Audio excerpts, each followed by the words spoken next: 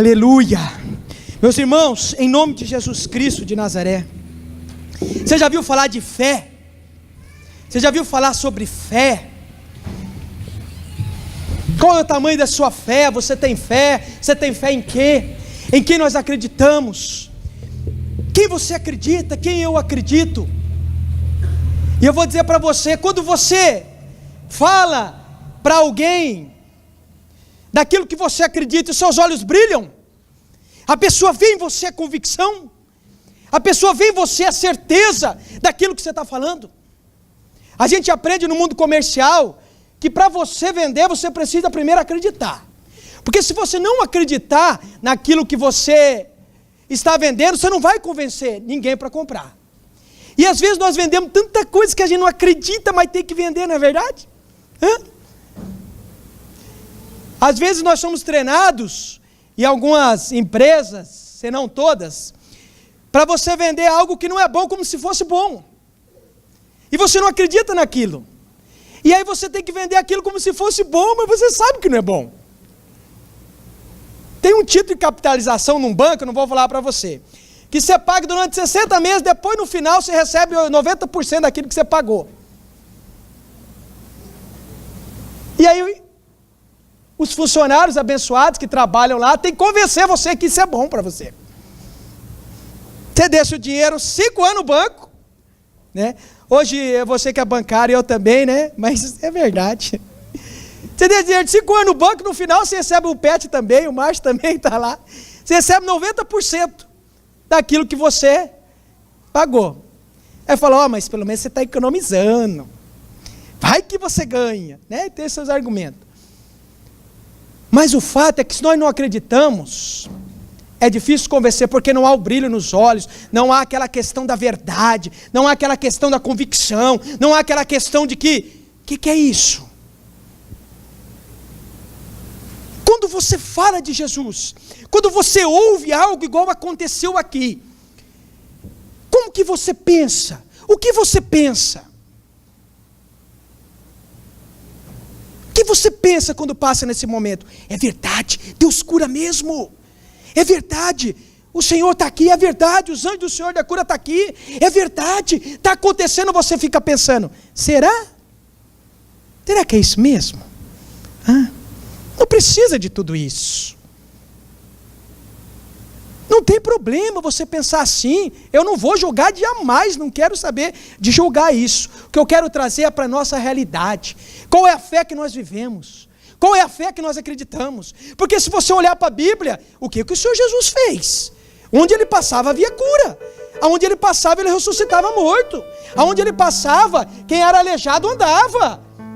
Aonde ele passava sinais de maravilhas aconteciam. Era assim a vida de Jesus. É assim que ele fazia. O errado, amados, não é a gente invocar o nome do Senhor para que as pessoas sejam curadas. E às vezes a gente fica pensando, porque os outros usam disso mal, que a gente não pode fazer. O errado é você querer vender o que Deus deu para você, porque não é seu, é de Deus. Então se Deus deu, vamos usar para a glória de Deus. Daqui o dia quando a gente vê os testemunhos aqui, é para a glória de Deus. O errado é querer vender isso. O errado é querer fazer as coisas para levar vantagem daquilo que Deus te deu. Mas você acredita que Deus cura? Você acredita que Deus levanta uma mulher que estava no lixão, catando lixo, que a mãe era dopada, o pai um prostituto, e aí Deus levanta ela, uma juíza federal? Estava lá catando os lixos para vender os ferros, as coisas. E aí vai se entregar para um homem. Meu pai gosta de prostituta? Então tá, eu vou virar uma prostituta. E aí vai se entregar para um homem, tira a roupa. E aí o homem é um cristão. E o homem fala, não, o que você está fazendo? E começa a namorar ela. E ela se converte. E teve aqui esses dias. Você acredita nisso? Que Deus pode fazer isso com uma pessoa? Você acredita que Deus pode curar uma pessoa? Você acredita mesmo que esse Deus que você serve tem esse poder? Você tem essa convicção na sua vida? Que a causa que você tem por mais possível e impossível que ela seja, que se Deus colocar a mão, tudo muda. Tem essa convicção. Quando você fala de Jesus, você fala com paixão? Ou você fala assim, Jesus é bom, né? Jesus te ama, mas já com medo de você ser crucificado. Hoje eu estava lendo a Bíblia, meu Deus, me deparei lá, quando Jesus fala assim, no final de Mateus 5, e quando vocês forem injuriados, e quando levantarem um falso testemunho contra vocês, glorifiquem. Resumindo o versículo no final, tipo assim, glorifiquem a Deus, porque assim como os profetas foram perseguidos, vocês também serão. Glorifiquem, então. Ou você fica meio com a vergonha? Sabe por quê, meu irmão e minha irmã? Porque sem fé é impossível agradar a Deus. Hebreus 11, versículo 6. Você fala com paixão de Jesus, você admira Jesus, você acredita em Jesus, você acredita que Ele é o Senhor e Salvador, você acredita que Ele morreu, mas no terceiro dia Ele ressuscitou. Você acredita nisso? Você acredita que um dia Ele vai te buscar? Você acredita nisso? Ele falou que foi para o céu preparar um lugar, mas eu virei e vos levarei para mim mesmo. Na casa de meu pai há muitas moradas. Você acredita que Ele foi preparar um lugar para você? Você acredita nisso? Você acredita nessas coisas? Brilha seus olhos, se apaixonada por Jesus. Fala, Jesus, eu te amo, cara. Sou louco por você, eu te admiro. Amados, de todas as religiões fundadas no mundo, se você for lá atrás de quem fundou, aonde ele foi enterrado, você vai saber que lá estão os ossos dele.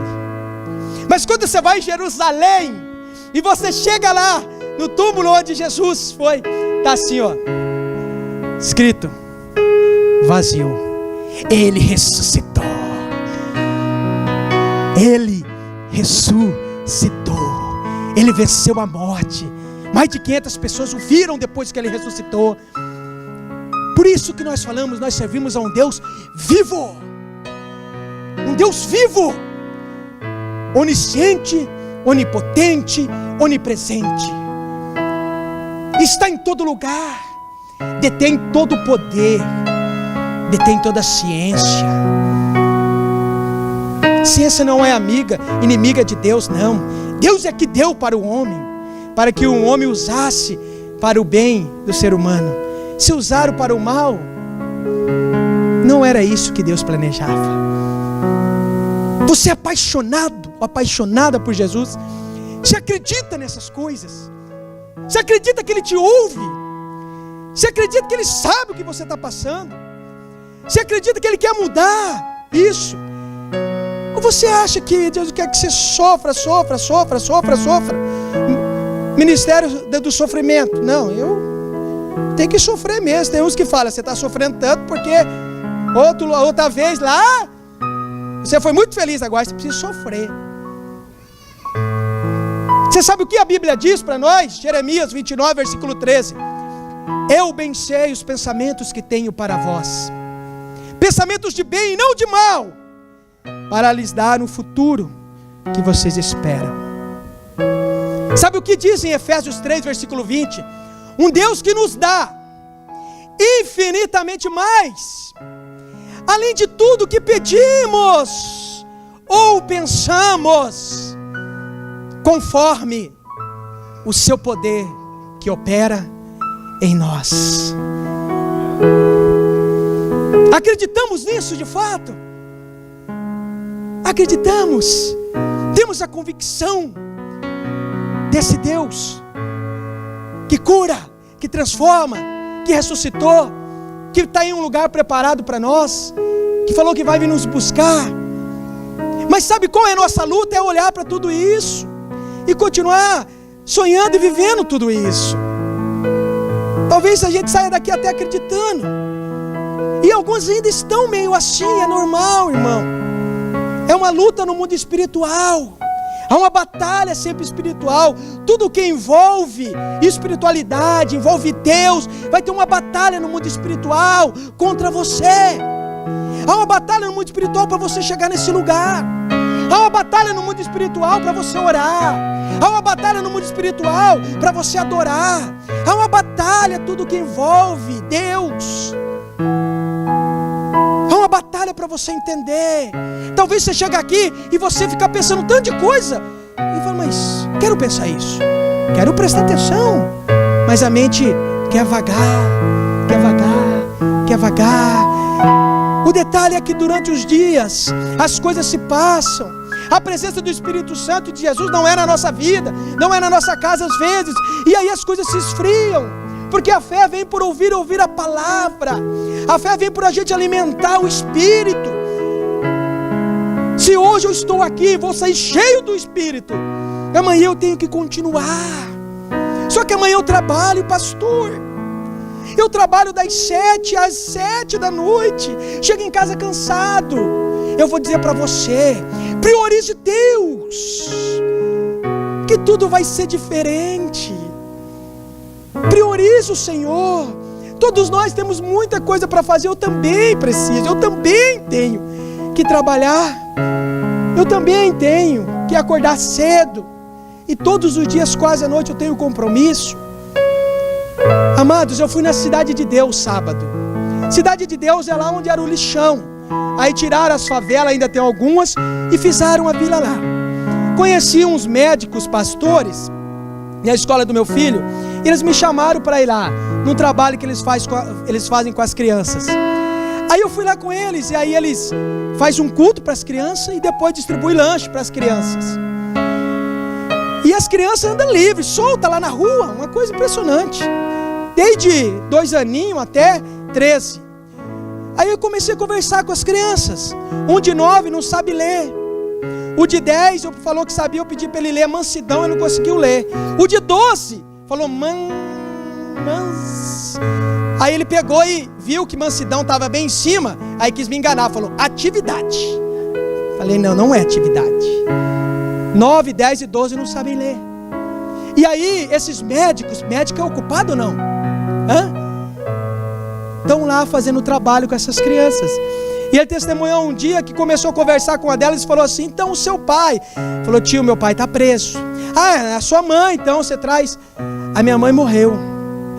Então o seu avô? Ixi, meu avô também, meu pai que matou. E ele falou, quando sair da cadeia vai matar tudo nós. A realidade daquelas crianças. E o casal de pastores indo lá. 2 médicos com seus 3 filhos fazendo trabalho lá. Aí eu comecei a andar lá na Cidade de Deus, a hora que eles foram embora. E aí eu falei, acho que lá está tendo um outro trabalho. E fui lá passar. Aí vi um médico, o médico da minha esposa, ginecologista, doutor Wellington Moura. Estava lá fazendo um trabalho com as crianças. Ele é a esposa dele, que também, ela é médica ou psicóloga, não tenho certeza. E aí eles levaram cama elástica, pula-pula, essas coisas. E aí estão lá brincando, e o doutor Wellington Moura está lá, batendo corda para as crianças. Se você for pegar a agenda do doutor Wellington Moura, você não vai encontrar vaga. Só daqui 3, 4 meses para você agendar. Mas ele arrumou um tempo para Deus, para servir ao Senhor. Então, amados, tem uma frase que diz, o tempo a gente faz, é verdade. Eu vou dizer para você que vai mudar a sua vida, a sua casa, se 10 minutos por dia você separar exclusivamente para o teu Senhor e Salvador. A sua paixão vai aumentar. Eu vou dizer para você, amados, quando a gente chega na presença de Deus, se atravessar os 10 minutos depois, meu Deus, e Ele nos visita e a gente chora, e a gente... Sabe, amados, se nós não acreditarmos em tudo isso, do que vale? Do que adianta? E às vezes a gente se pega em detalhes. É porque gritou muito alto, porque não, porque isso, porque aquilo. E quando o mover está acontecendo, o Espírito Santo está curando. Sabe, irmãos, Precisamos se libertar de algumas coisas. Se os outros usam de maneira errada, nós vamos usar para a glória de Deus, amém? Sabe? Porque sinais, maravilhas tem que acontecer em nossas vidas, sabe? Porque Deus continua curando, Deus continua agindo, Deus continua fazendo. Nós servimos um Deus todo-poderoso. Mas eu quero testemunhar para você também. Um dia uma japonesa, muito gente boa, trabalhava comigo, me perguntou: o que é esse negócio de Jesus? O que é Jesus para vocês? Eu não me esqueço disso porque foi uma frustração. Eu não soube falar para ela direito quem era Jesus. 8, 10 anos faz isso. E ela me perguntou, ela me deu uma oportunidade para me falar de Jesus para ela. Como que é essa questão de Jesus para vocês? E eu vou falar para você. Eu lembro que eu dei uma resposta para ela, tipo assim, sem paixão, sem convicção, sabe? Sem de fato acreditar.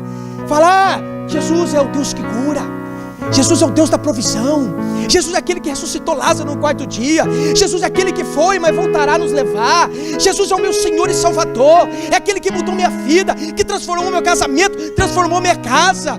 Perdi a oportunidade. Irmãos, que em nome de Jesus Cristo de Nazaré, que quando você tiver a oportunidade, saindo daqui desse lugar, você não perca ela, mas fale com convicção, sabe? Do Deus que você serve, do Deus que você está buscando, porque é verdade, a palavra de Deus é verdade, a Bíblia é verdade.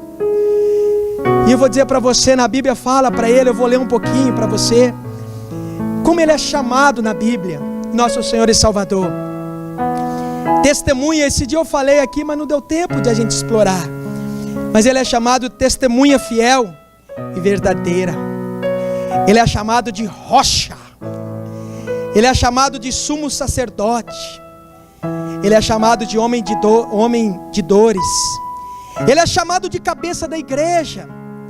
Ele é chamado de mestre.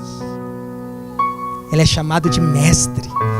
Ele é chamado de rei dos reis. Ele é chamado de noivo.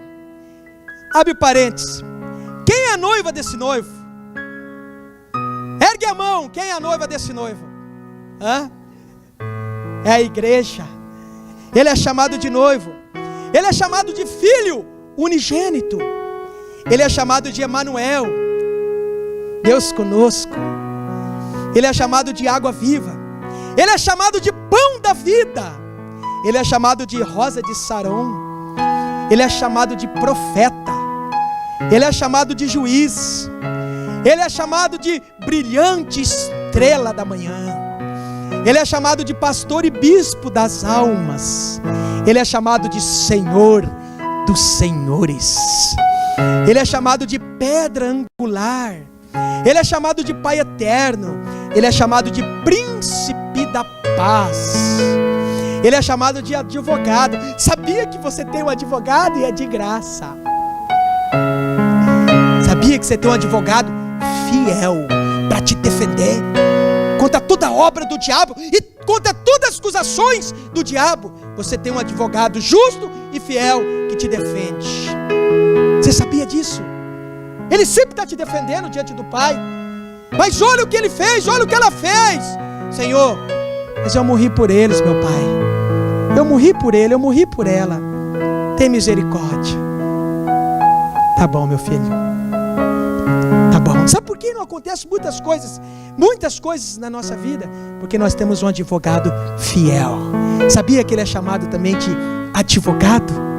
Ele é chamado de carpinteiro. Sabia? Chamado de carpinteiro. Ele é chamado de servo. Amados, e é tão triste quando alguma pessoa serve e às vezes o diabo destruiu tudo isso, que servir é a humilhação. E maior é aquele que serve. Entende?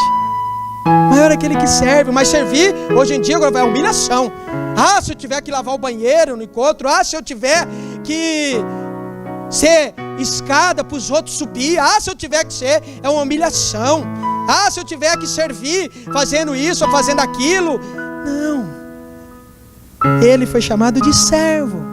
Servo de todos. Então ser servo é um privilégio, não é uma humilhação. Ser servo é um privilégio. Ele foi chamado de bom pastor. Foi chamado de luz do mundo. Foi chamado de redentor, de santo, o caminho, a verdade e a vida.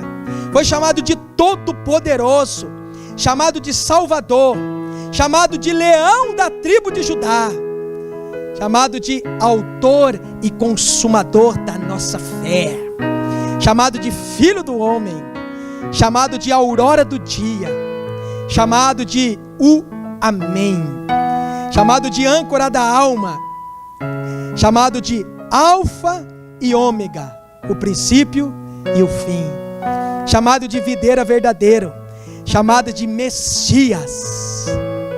Lá em Israel estão esperando o Messias. Um povo ainda espera o Messias, mas para nós o Messias já veio. Para nós ele já veio. Ele é chamado de mediador, ele é chamado de amado, ele é chamado de o tronco, ele é chamado de Cordeiro de Deus, ele é chamado de conselheiro, e para encerrar, ele é chamado de a ressurreição e a vida. A ressurreição e a vida. Esse é o Senhor Jesus Cristo de Nazaré. Todos esses atributos pertencem a Ele. Todos esses atributos o chamaram. Todos esses atributos é o Senhor Jesus Cristo de Nazaré. Mas eu vou dizer para você, amados, eu quero chegar agora. Estamos indo para o encerramento da mensagem.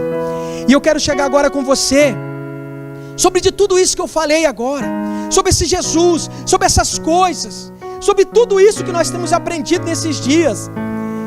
Porque é chegado o tempo que nós precisamos crescer. Nós precisamos crescer espiritualmente. Precisamos crescer como ser humano. Precisamos crescer aonde nós estivermos. Se eu trabalho, então eu vou crescer como profissional. Se eu sou pastor, eu vou crescer como pastor. Se eu sou professor, eu vou crescer como professora. Se eu sou empresário, eu vou crescer como empresário. Se eu sou funcionário público, eu vou crescer como funcionário público.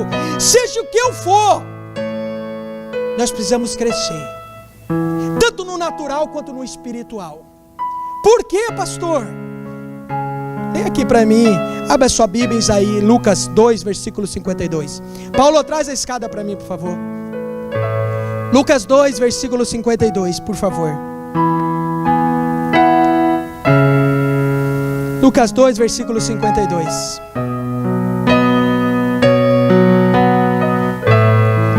Lucas 2, versículo 52. Olha só, meu irmão e minha irmã.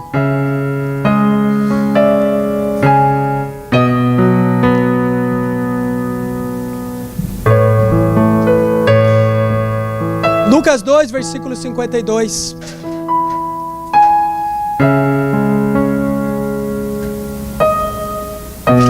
Dá uma testada, né, Paulo? Lucas 2, 52, o que está falando? Vamos ler juntos. Jesus ia crescendo em sabedoria, estatura e graça diante de Deus e dos homens. Jesus ia crescendo em sabedoria, estatura e graça diante de Deus e dos homens. Diante de Deus e diante dos homens.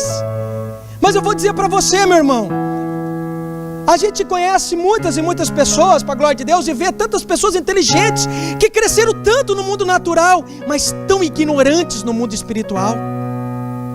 Mas no mundo natural elas cresceram, elas se desenvolveram, elas foram atrás e elas cresceram no seu natural. Mas ignorantes no mundo espiritual, casamentos destruídos, filhos destruídos, 3, 4, 5, 6. é um caos, vive atormentada, mas no natural, se olhar, você já viu aquela frase assim, e o fulano, tá bem, hein? Tá com um carrão, tá com uma caçona. Eu chego lá em Antônio João, eu vejo muito isso. Do que? É traficante. Ah, então ele tá bem. Tá bem, ele arrumou um emprego na política aí, tal e tal, e era assessor tal, e aí arrumou uns contratos e tá bem. Hã? Tá bem? Há muitas pessoas que crescem no natural, mas são ignorantes, escravos do diabo no mundo espiritual. Ignorante, escravo do diabo no mundo espiritual. Há outros que buscam bastante a Deus. A gente vê em algumas igrejas, alguns que buscam bastante a Deus, mas que no natural não vai,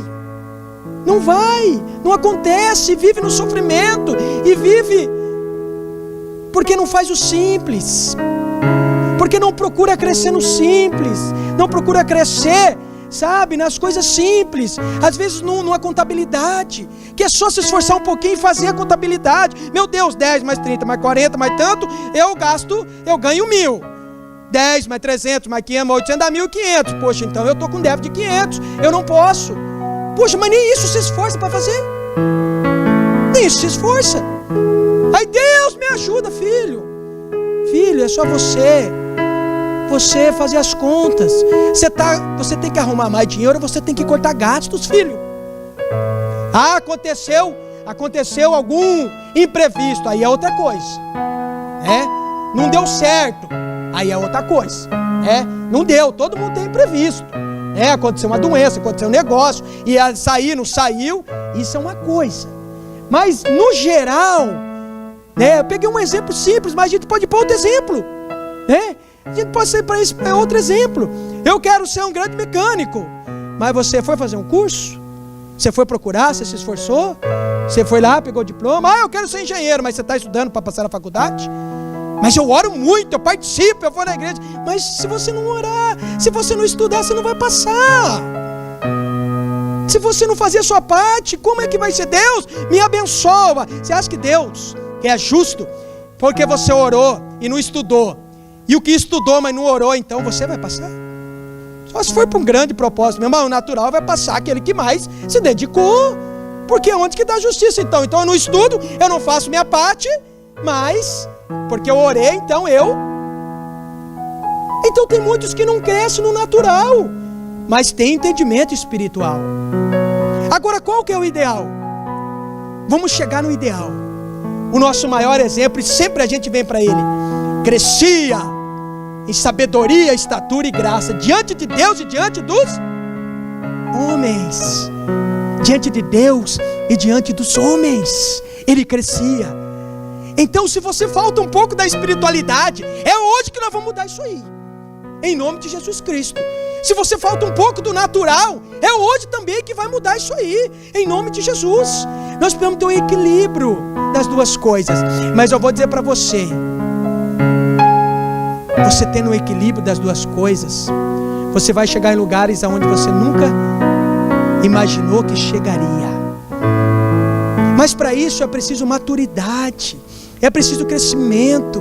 Nós temos que deixar de ser menino na fé. Nós temos que deixar de ser menino. Nós temos que crescer espiritualmente. Nós temos que deixar com coisas de menino, coisas que o Senhor já falou, que o Senhor já disse, que o Senhor já, mas a gente não sai do lugar. Meu Deus, que isso? Ficamos sempre na mesma. Não acontece nas nossas vidas. Culpa de Deus não é, você tem dúvida disso? Não é. O apóstolo Paulo, lá em 1 Coríntios 13, 11, olha o que ele fala. 1 Coríntios 13, versículo 11.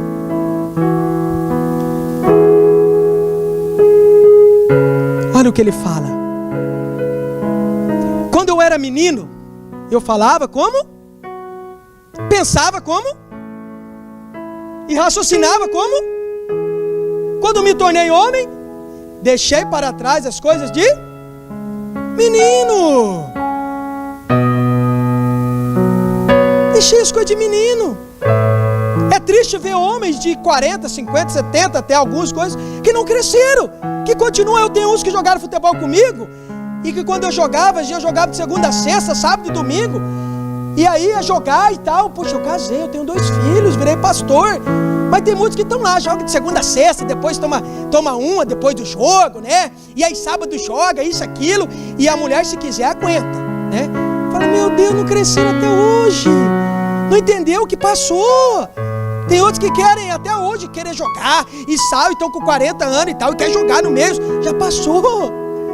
Eles não jogam mais igual jogava, tem 40 anos. Agora é outra geração, passou as coisas, mas quer ser menino. Tem uma atriz da TV Globo que ela disse um dia que ela não suporta, uma coisa que eu não aceito, é por que eu tenho que ficar velha? Ai, essa ruga, isso, eu nunca vou aceitar isso. Isso me mata. Quer ser menina sempre. Mas ela não é mais menina. E isso é no mundo espiritual.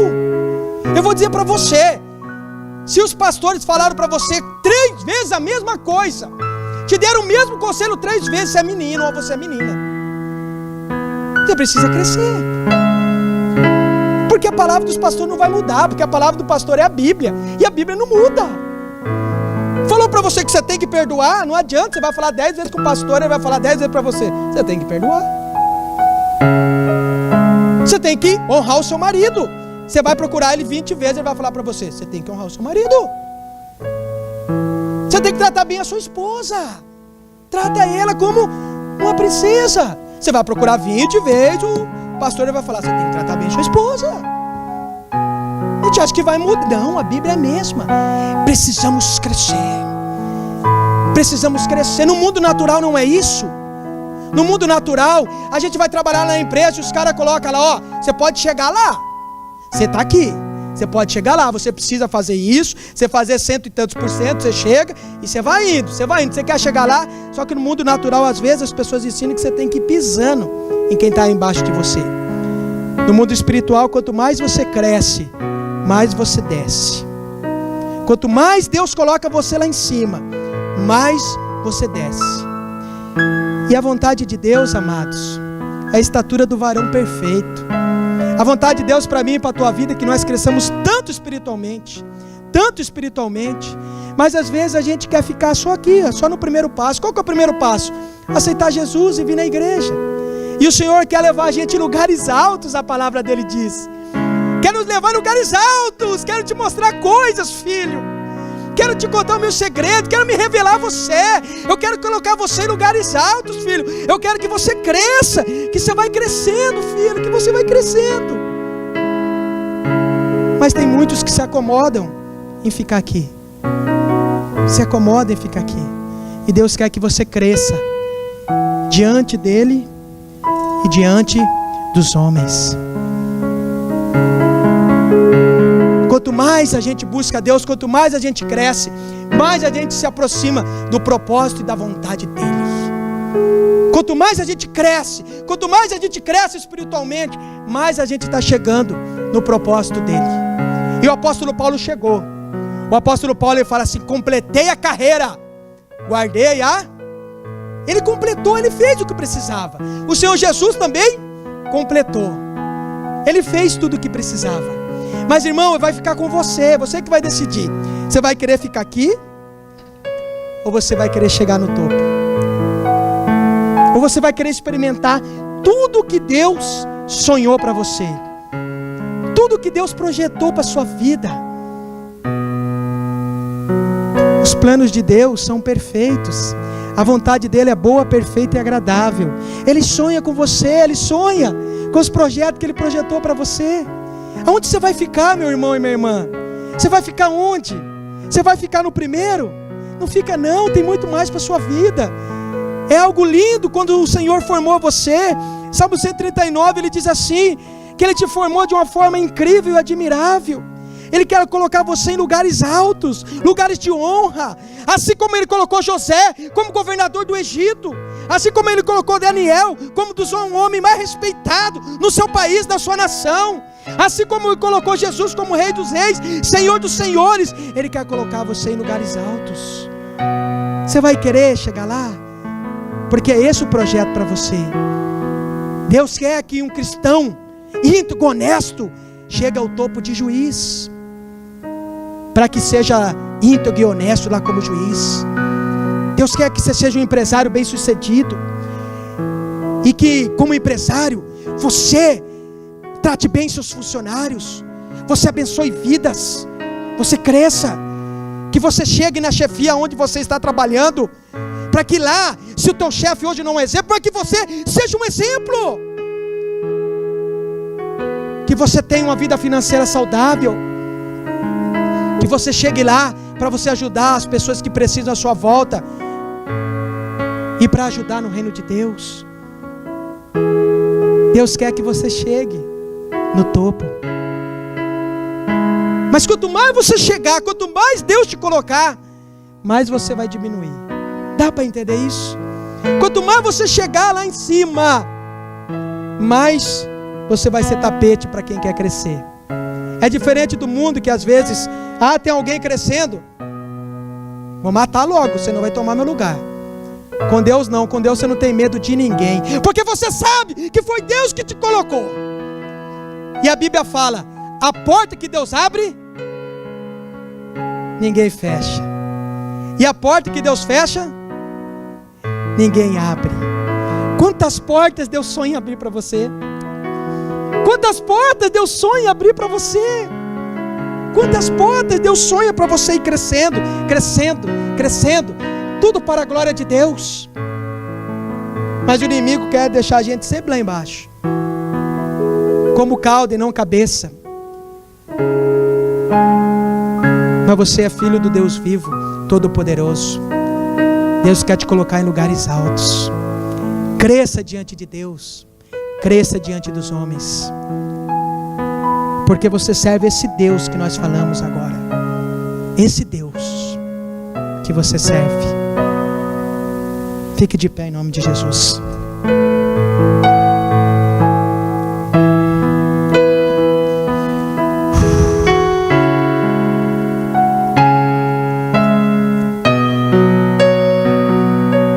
É tudo para a sua glória, Deus.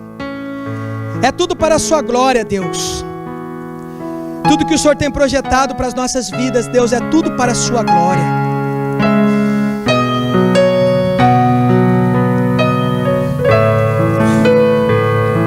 Repita-se comigo, irmão, em nome de Jesus. Só você que quer chegar onde Deus quer te colocar.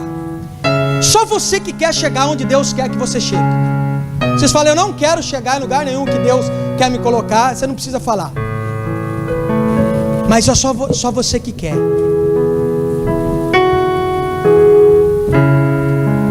Repita assim: é para a sua glória eu chegar lá. É para a sua glória, Deus. Para encerrar, amados, eu vou ler aqui para nós, porque ainda nós estamos nessa terra e temos um propósito a cumprir. E a intenção é que você saia daqui hoje entendendo o Deus que você serve, e que você volte para o propósito de Deus.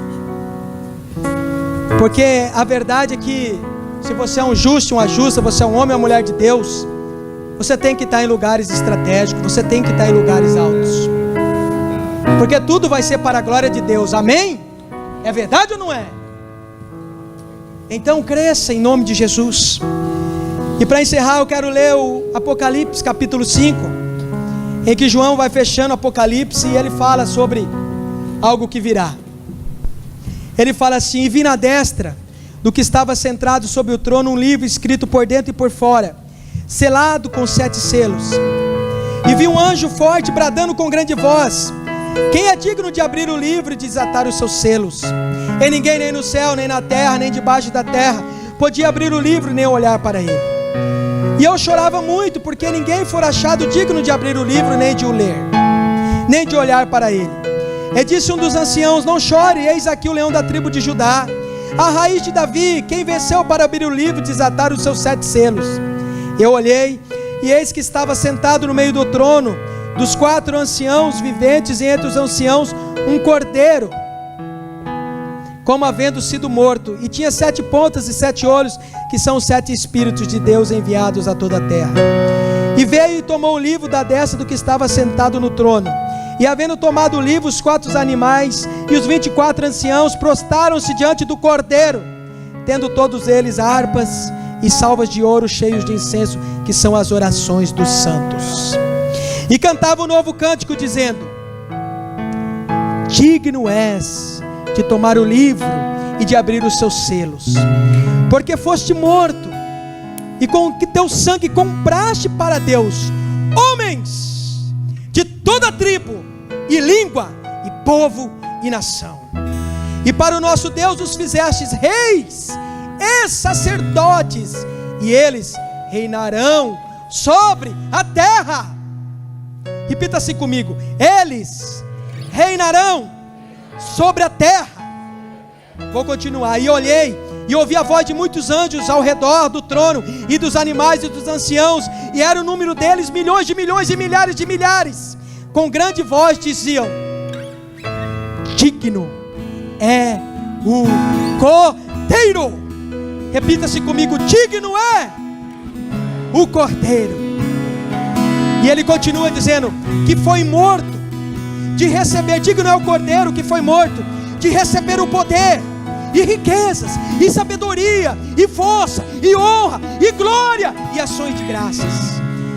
E eu ouvi a toda criatura que está no céu e na terra e debaixo da terra, e que está no mar, e todas as coisas que neles há, dizer ao que está assentado sobre o trono e ao Cordeiro sejam ações de graças e honra e glória e poder para todo o sempre. Lê comigo essa parte, fala assim, ó: ao que está sentado sobre o trono e ao Cordeiro sejam dadas ações de graças e honra e glória e poder para todo sempre. E os 4 animais diziam: amém. E os 24 anciãos prostraram-se e adoraram ao que vive para todo o sempre. Quem é este? Quem é este que vive para o todo sempre? Você então fala alto para mim, para o céu e para o inferno ouvir. Quem é este que vive para o todo sempre? Quem é este que vive para o todo sempre? É Jesus, o Filho de Deus, aquele que morreu, ressuscitou e que tem um lugar preparado para mim e para você. Agora adore Ele mais uma vez. Adore Ele, ergue as suas mãos. Ergue as suas mãos e fala assim: Senhor, repita comigo assim: Senhor, eu te adoro, Senhor. Eu te amo, Jesus. Minha vida é tua, Pai. Eu te espero, Senhor. Canta, canta, adore Ele agora em nome de Jesus. Nem sei por que, Senhor, fortaleço minha vontade.